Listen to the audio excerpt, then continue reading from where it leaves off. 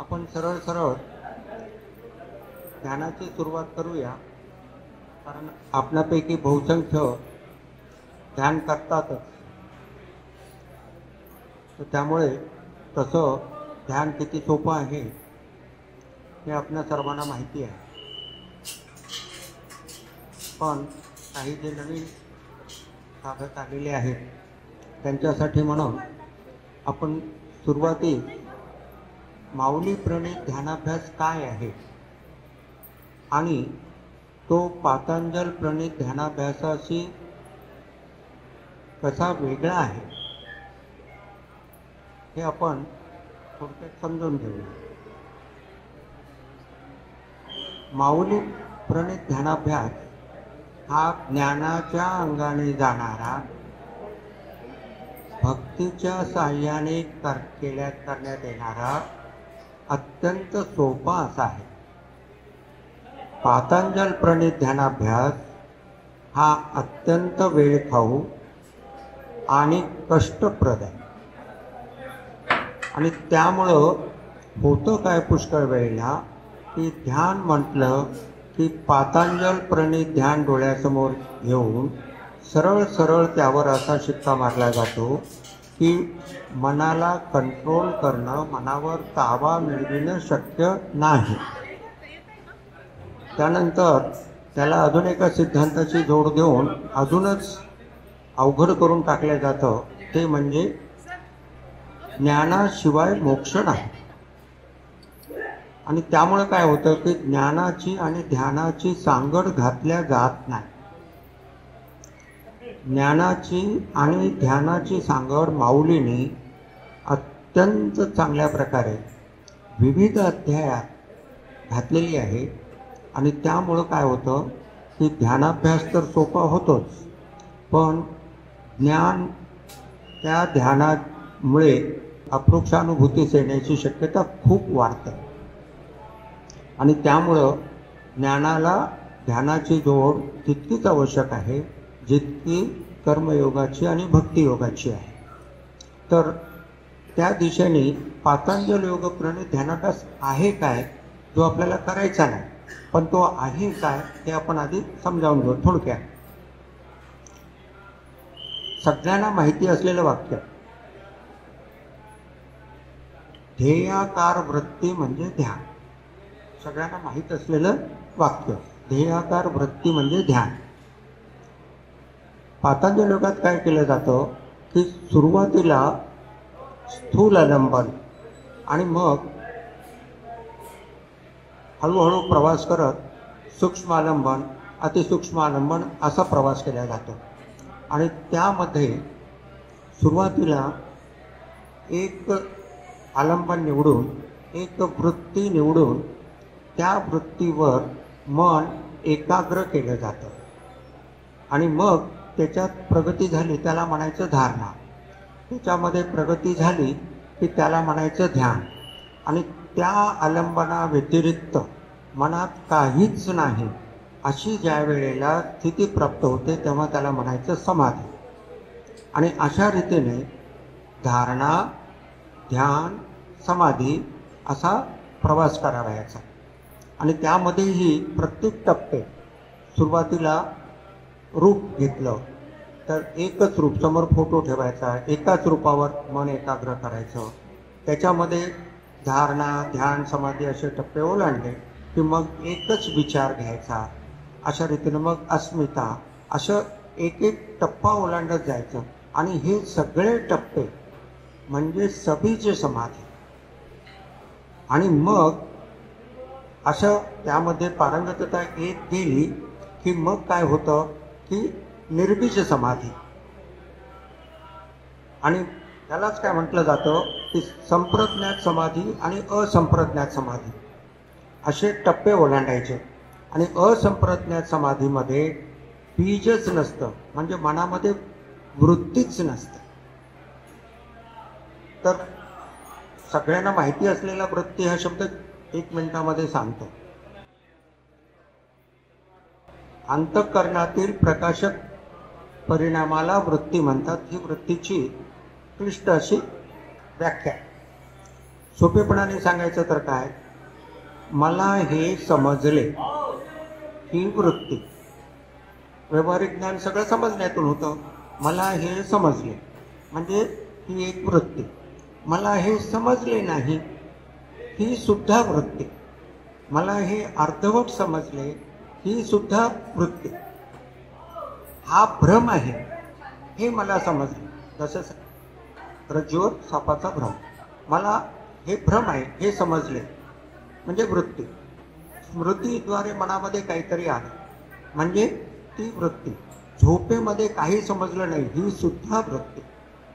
आणि आत्मा वृत्तीद्वारे अनुभवास येऊ शकत नाही हे महत्त्वाचं सिद्धांत. आणि ह्या महत्त्वाच्या सिद्धांतामुळे काय होतं, पातंजल योग प्रणित ध्यानाभ्यासाद्वारे एवढे टप्पे ओलांडत असंप्रज्ञात समाधी, सिद्धीच न्यावयाचा आणि त्याद्वारे आत्म्याचा अनुभव प्राप्त करावयाचा, तर हे सैद्धांतिक रचना होऊन बसते. आणि मग त्यामुळं साहजिकच त्यावर शिक्का मारणे क्रमप्राप्तच होतं की बा हे आजकालच्या काळामध्ये जमणं शक्य नाही. पण माऊली प्रणित ध्यानाभ्यास तसा नाही, अत्यंत सोपा, जो आजच्या काळामध्ये विविध संप्रदाय वापरतात. जसे सिद्ध समाधी योग, SSY, art of living, Vipassana वगैरे वगैरे. तर तो जो समाधी अभ्यास आहे तो अत्यंत सोपा आहे. आणि अशा ह्या सर्व सोप्या ध्यानाभ्यासाचं बीज हे ज्ञानेश्वरीत आहे. याचा अर्थ असा नाही की ह्या संप्रदायाने ज्ञानेश्वरीतील ध्यानाभ्यास कॉपी केला असंही नाही, कारण हे सनातन आहे. जसं पातंजल योग सुद्धा खूप पूर्वीपासून आलेला आहे, त्याच पद्धतीने हा ध्यानाभ्यास सुद्धा खूप पूर्वीपासून आलेला आहे. आणि आता ह्या ध्यानाभ्यासाचं आपण सुरुवात करूया. तर माऊली प्रणित ध्यानाभ्यासाची सुरुवात कशी आहे, भक्ती आधारे. आणि त्यामुळं मग आपण काय करतो की एखादा श्लोक म्हणतो किंवा एखादा अभंग म्हणतो आणि मन आधी शांत करतो. त्यातला रजोगुण कमी करतो, तमोगुण कमी झालेलाच असतो. सत्वगुणामध्ये आपण अधिष्ठित होतो आणि सत्वगुणाकडे साक्षीभावाने पाहिलं की आपण गुणातीत होतो आणि गुणातीत असलेलं स्वतःचं स्वरूप आपल्या अनुभवास येतं. इतका साधा सोपा माऊली प्रणित ध्यानाभ्यास आहे.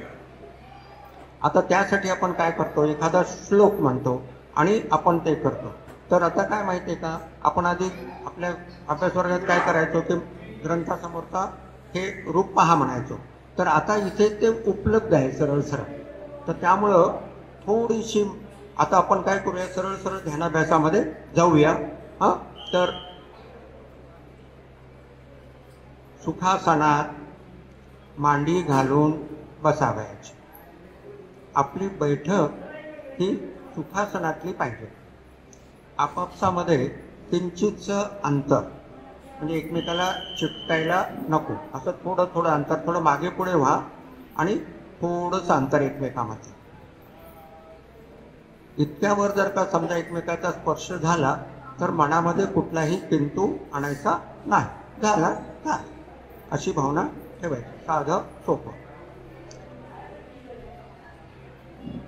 आता आपण असं बसायचं की आपला कमरेखालील सर्व भाग हा आता विश्रांत झालेला आहे.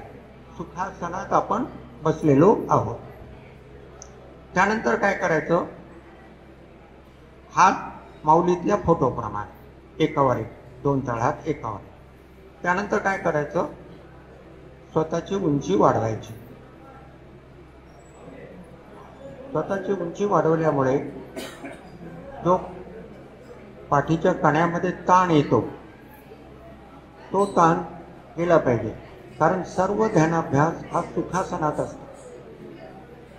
त्यामुळे सुखासनात जाण्यासाठी वाढवलेली उंची थोडीशी कमी करायची.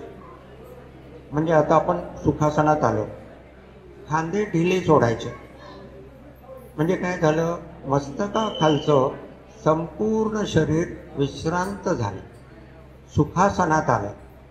पण मस्तक आता डोळे बंद करून ध्यान करायचं आहे. तर चेहऱ्यावर थोडंसं स्मित हास्य आणायचं. त्यामुळे मस्तक म्हणजे चेहऱ्याचे स्नायू विश्रांत होतात. अशा रीतीने संपूर्ण शरीर आपण विश्रांत करायचं आहे. सर्वात महत्त्वाचा सिद्धांत म्हणजे ध्यान म्हणजे काहीही करायचं नाही. काहीही न करणे म्हणजे ध्यान. आता जे तुम्हाला आवाज ऐकू येत आहेत त्याद्वारे काहीही डिस्टर्ब होण्याची गरज नाही. आणि त्यामुळे मग काय होईल की गोंगाटामध्ये सुद्धा आपण ध्यान करू शकतो, ध्यान लागतं, हा आपला स्वतःचा अनुभव अजूनच परिपक्व होईल. जे ऐकू येत आहे मी बोलतो त्या व्यतिरिक्त त्याकडे अनुसंधान ठेवायचं नाही. इतकं साधं सोपं आहे. आता स्वतःच्या मनामध्ये जे विचार येतात ते काही एका क्षणात जात नाही. मनात येणारे विचार हळूहळू कमी होत संपतात आणि मग संपलेल्या स्वतःच अनुभव येतो. त्यामुळे डोळे बंद करून ध्यान करायचं. हे प्रवचन नाही, हा अभ्यास वर्ग आहे. तर सर्वांनी डोळे बंद करायचे, कान उघडे असतात, कानाने ऐकायचं आहे. आणि ते सुद्धा कसं ऐकायचं आहे, माऊली सांगतात त्या पद्धतीने. अति हळुवारपणा चित्ता आणून या. अति हळुवारपणा चित्ता आणून या. कारण काय की मनाद्वारेही आपणास काहीही करायचं नाही. माऊलींनी जे ज्ञान सांगितलेलं आहे ते सर्वांना समजलेलं आहे. फक्त इतकंच की ते अनुभूतीस आलेलं नाही. आणि अनुभूतीस येण्यासाठी ध्यान करणं आवश्यक आहे. अन्यतः शब्दज्ञानच वाढत राहते आणि मग ते शब्दज्ञान चित्तभ्रमण कारणम असं होते. तर त्यामुळं शब्दज्ञानाचा विलय करणं आवश्यक आहे. शब्दज्ञानाचा विलय झाला म्हणजे अहम ब्रह्मास्मी इत्यादी महावाक्याचं ज्ञान प्रत्यक्षानुभूतीत येते. डोळे बंद करून का अभ्यास करायचा?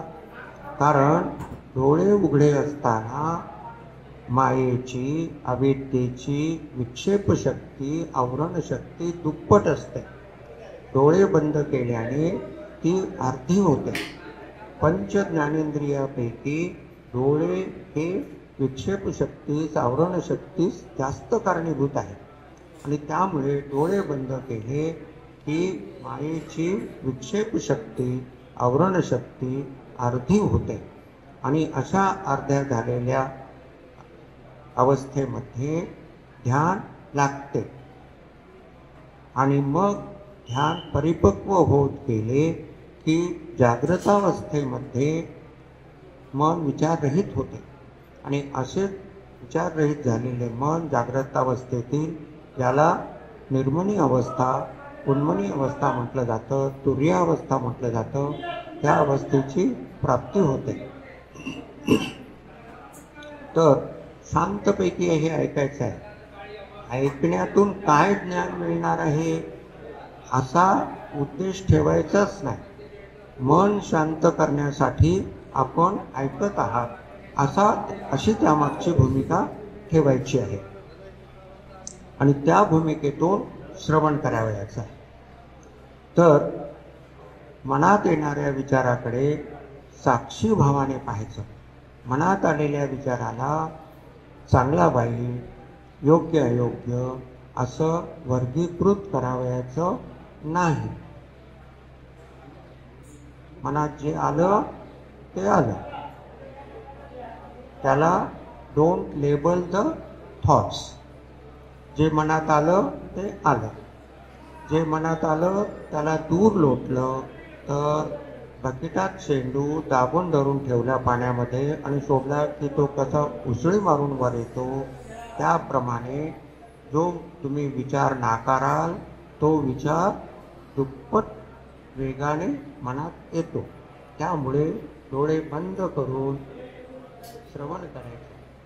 तर जे सांगत आहे ते काहीतरी फार विशेष आहे असं स्वतःच्या बुद्धीला ताण द्यायचा नाही. त्यामुळं माऊली काय म्हणतात, माऊली ज्ञान कसं सांगितलेलं आहे, शांत रसामध्ये सांगितलेलं आहे. माऊली काय म्हणतात 18व्या अध्यायात, तैसा प्रबंधू हा श्रवणी लागत ठेवो समाधी आणि. ज्ञानेश्वरीच अशी सांगितलेली आहे की ती तुम्हाला समाधी प्राप्त करून देते. तुम्हाला पातंजल योगातल्यासारखा प्रवास करावयाचा नाही. तैसा प्रबंधू हा श्रवणी लागत ठेवो समाधी आणि. आणि कसं ऐकायचं आहे, गंभीरपणे स्थिरावलेनी अंतःकरणे. गंभीरपणे स्थिरावलेनी अंतःकरणे असं ते ऐकायचं आहे. मग त्यामुळे काय होतं, तैसे पिवणी अज्ञान तववरी वाढे ज्ञान जव आपुले निधन निशेष साधे. शब्दज्ञानाला महत्व आहे. शब्दज्ञान आपण गोळा केल्याने जे आपलं आध्यात्मिक ज्ञान आहे ते दूर होतं. पण त्या शब्दज्ञानाचा अनुभव केव्हा येतो, तैसे पिवणी अज्ञान. शब्दज्ञानामुळे आध्यात्मिक ज्ञानामुळे अज्ञान संपतं. तैसे पिवणी अज्ञान तववरी वाढे ज्ञान. आणि ते ज्ञान त्या अज्ञानाला संपवित वाढत जातं. जव आपुले निधन निशेष साधे. आणि ज्या वेळेस ते वाढलेलं ज्ञान स्वतःचं निधन निशेष साधतं त्यावेळेस अनुभव सुरू होतो. त्यामुळं ज्ञानाला महत्त्व आहे. पण ज्ञानाची अनुभूती जी येते ते मनातील ज्ञान म्हणजे शब्द संपत गेल्याने. आपण ज्ञान कसं गोळा करतो, ज्ञाता ज्ञान ज्ञेय. मी ज्ञाता आहे आणि मला त्या ज्ञेयाचं ज्ञान प्राप्त करून घ्यावयाचं आहे. अशा रीतीने आपण ज्ञाता ज्ञान ज्ञेय या त्रिपुटीद्वारे सर्व व्यावहारिक ज्ञान तसेच सर्व आध्यात्मिक ज्ञान प्राप्त करत असतो. आणि हे शब्दज्ञान जोपर्यंत जव आपुले निधन निशेष साधे तोपर्यंत अनुभवास येत नाही. म्हणे परिसणाची या राया ऐके बापा धनंजया ऐसे जळो सरलिया माया तेच जाळीते तेही जळे. ऐसे जळो सरलिया माया तेच जाळीते तेही जळे. म्हणजे ज्या ज्ञानामुळे माया संपते तेव्हा जाणणारं ज्ञान सुद्धा जळून जातं. मग विविध दृष्टांत माऊलीने दिलेले आहेत. तर त्याप्रमाणे मनात येणारं जे शब्दज्ञान आहे ते संपल्याशिवाय शब्दज्ञानाची अनुभूती नाही. आणि म्हणून शांत होऊन ऐकणं गरजेचं आहे. समजून घेणं गरजेचं नाही. त्यामुळे डोळे बंद करून ऐकायचं. आणि त्यामुळे आपण हळूहळू ज्ञानामध्ये जातो. नाहीतर आपलं शब्दज्ञानच वाढत राहतं. तर अशा रीतीने वाढत जाणाऱ्या शब्दज्ञानाचा शांत होत जाणाऱ्या मनामध्ये विलय करायचा. आणि तो विलय झाला की अहम ब्रह्मास्मी असलेली महावाक्य अनुभूतीस येतात.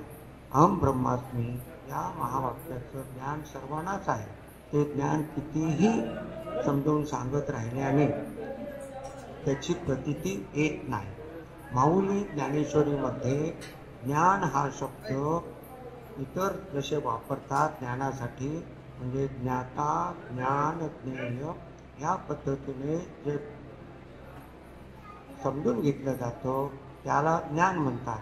पण जे ज्ञान प्रतीतीस येतं त्याला माऊली नेहमी बोध म्हणतात. प्रतीतीस आलेल्या ज्ञानाला, प्रतीतीस येऊ घातलेल्या ज्ञानाला, म्हणजे शब्दविरहित झाल्यानंतर जे ज्ञान अनुभवास येतं त्या ज्ञानाला माऊली बोध म्हणतात, असं लक्षात ठेवावं.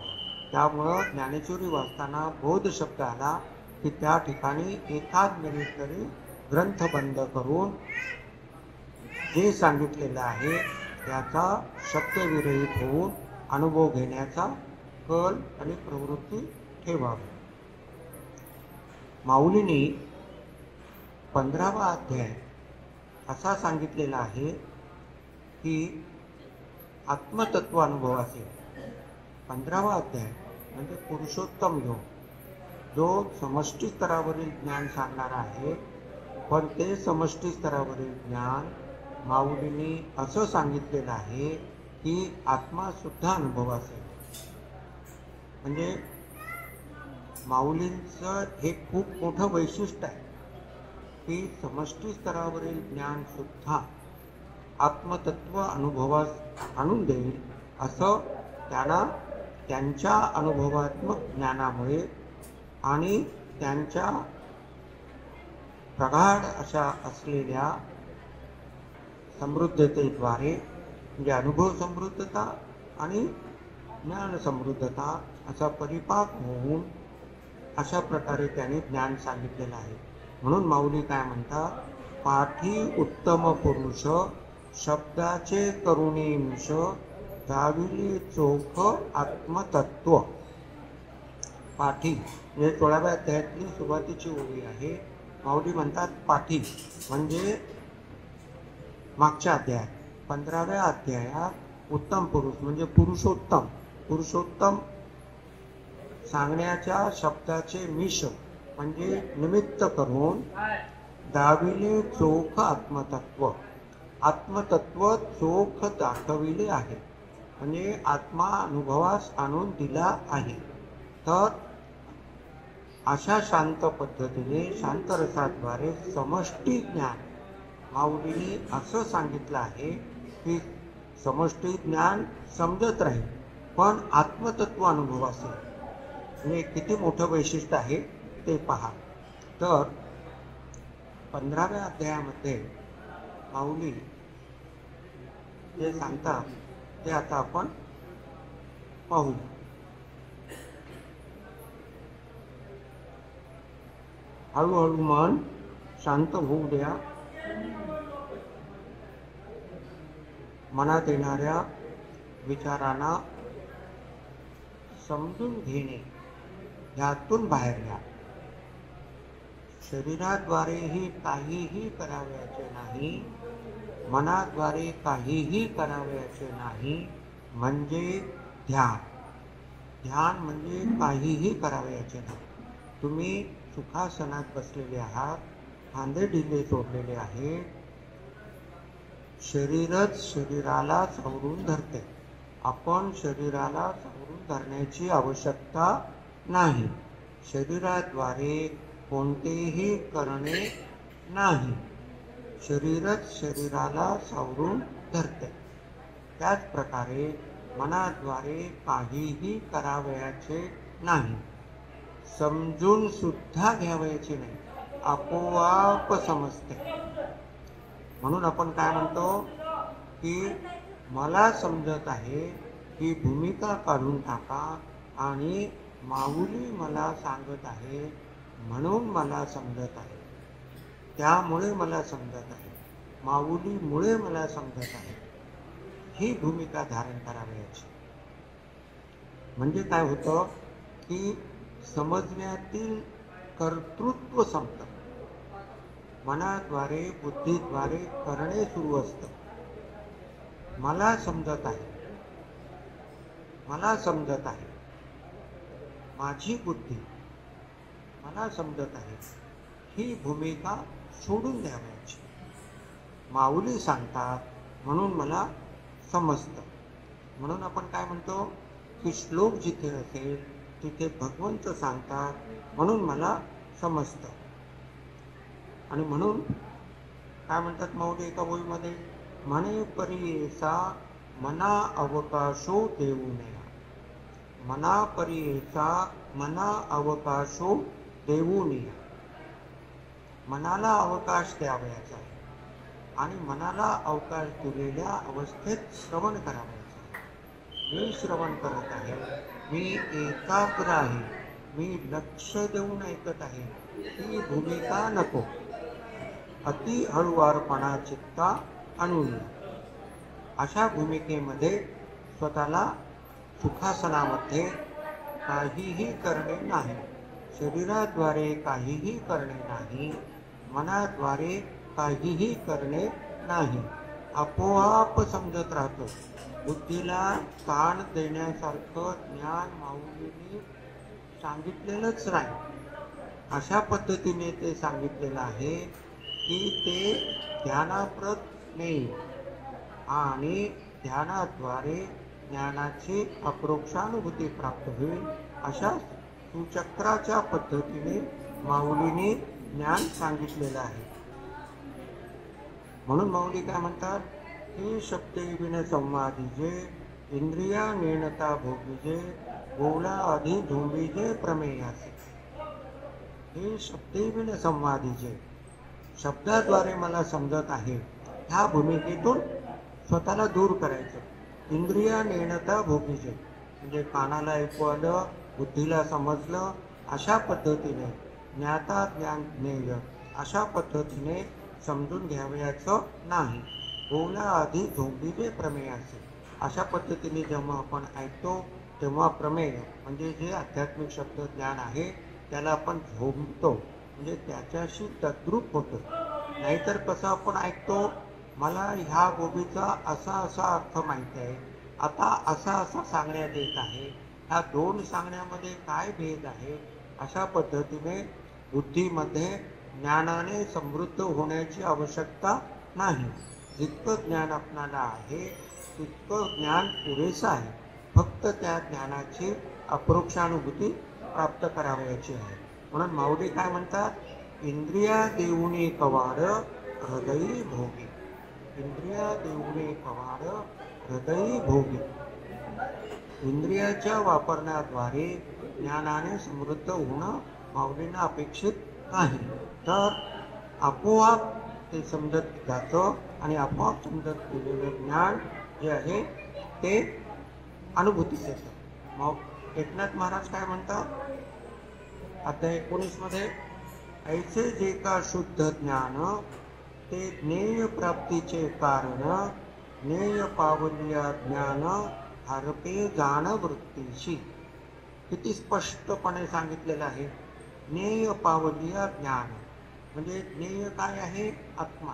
आत्म्याचा अनुभव आला, ज्ञेय पावलिया आत्म्याचा अनुभव आला की ज्ञान जाण हरपे वृत्तीशी. ते शब्द ज्ञान आहे, वृत्तीरूपानं जे शब्द ज्ञान आहे ते संपून जातं, त्याची आवश्यकताच राहत नाही.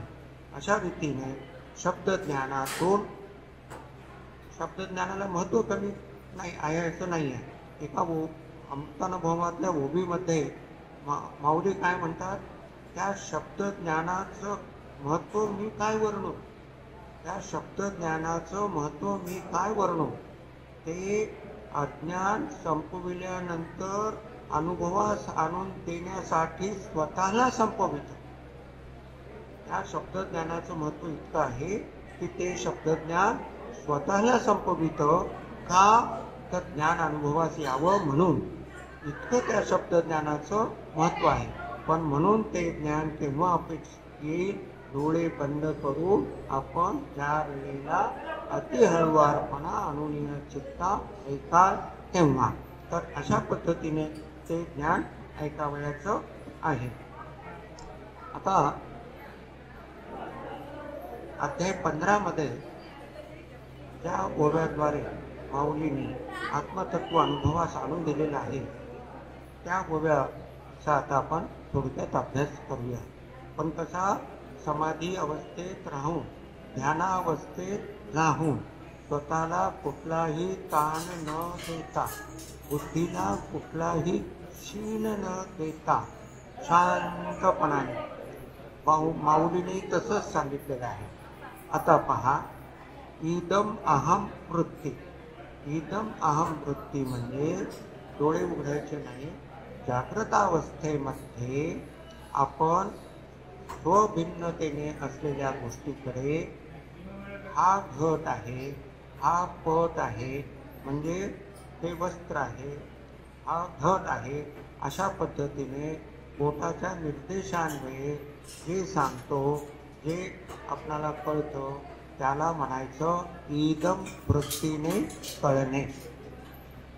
त्यानंतर अहम वृत्तीने काय कळतं, जे स्वतःकडे बोट दाखवून जे समजतं, म्हणजे काय, ही माझी संपत्ती, ही माझे स्त्री पुत्र, ही माझी सत्ता, ही माझी कीर्ती, हा माझा मान, अशा पद्धतीने स्वतःकडे बोट दाखवून समजतं. जसं हा माझा हात, हे माझे पाय, अशा पद्धतीने स्वतःकडे निर्देश करून जे समजतं त्याला म्हणायचं अहम वृत्तीने समजणे.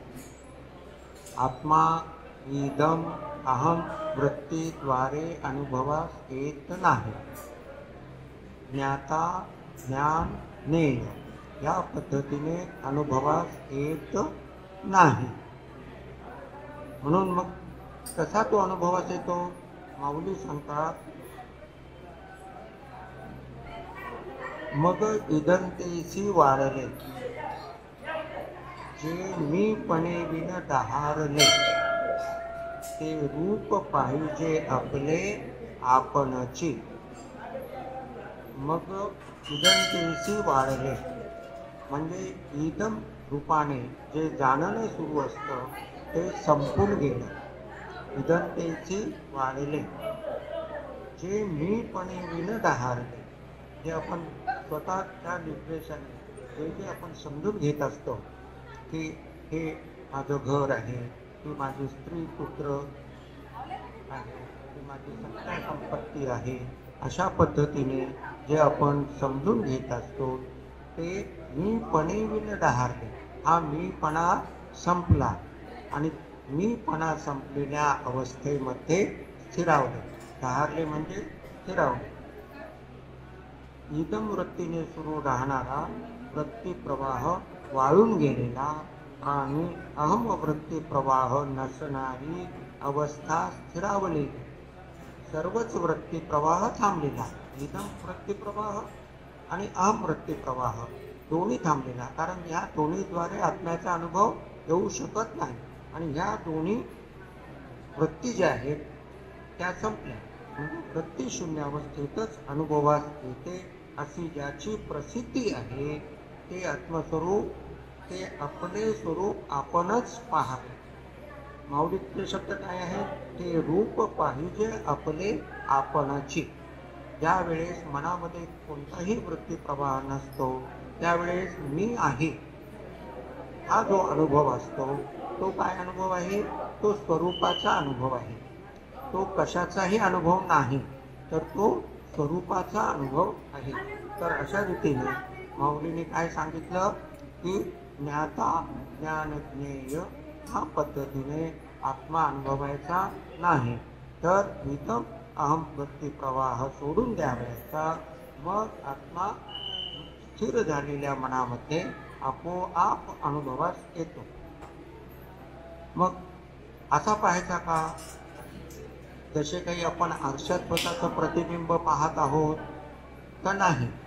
स्वतःला एकाच दोन करून पाहावयाचं नाही. परिदर्पणाची आधारे एकची करुणे दुसरे मुख पाहते गवारे तैसे नको हो, तसं करू नकोस हो. किती पहा, किती लाडात येऊन माऊली सांगतात, तुम्हाला लाडावून माऊली सांगतात, तुम्हाला किती छान पद्धतीने सांगतात की स्वतःचं स्वरूप आरशात पाहिल्यासारखं अनुभवास येत नाही. तर त्यामुळं आरशात पाहिल्यासारखं म्हणजे मनामध्ये स्मृतिरूपाने आणल्यासारखं, स्वतःचा चेहरा स्मृतिरूपाने मनात आणल्यासारखा असं ते नाही. स्वतःकडे पाहावे याचा अर्थ असा नाही, असा माऊली सांगतात. मग कसं पाहायचं, पाहून कसं नाही किंवा नेती नेती म्हणून सगळं आत्मस्वरूप सांगितलं जातं. मग पाहायचं कसं, तर माऊली किती सोप्या भाषेत स्पष्ट करतात. हे पाहणे ऐसे असे विरा, जैसा न गोडलिया विहिरा, मग आपलिया उगमी धरा, घरोनी ठाके. आपण ठरवतो एखाद्या ठिकाणी विहीर खणायची आहे, आपण भूगर्भशास्त्रज्ञाकडून माहिती करून घेतलेली आहे की मध्ये पाण्याचा झरा आहे, पण तो कसा आपल्याला लक्षात येतो, विहीर न खोदता आपल्याला जमिनीखाली पाणी आहे हे लक्षात येतं. म्हणजे काय की कर्तेपणा नाही, विहीर खोदणे हा कर्तेपणा, विहीर खोदणे हा कर्तेपणा सोडून दिल्याने आत्मा अनुभवास येतो.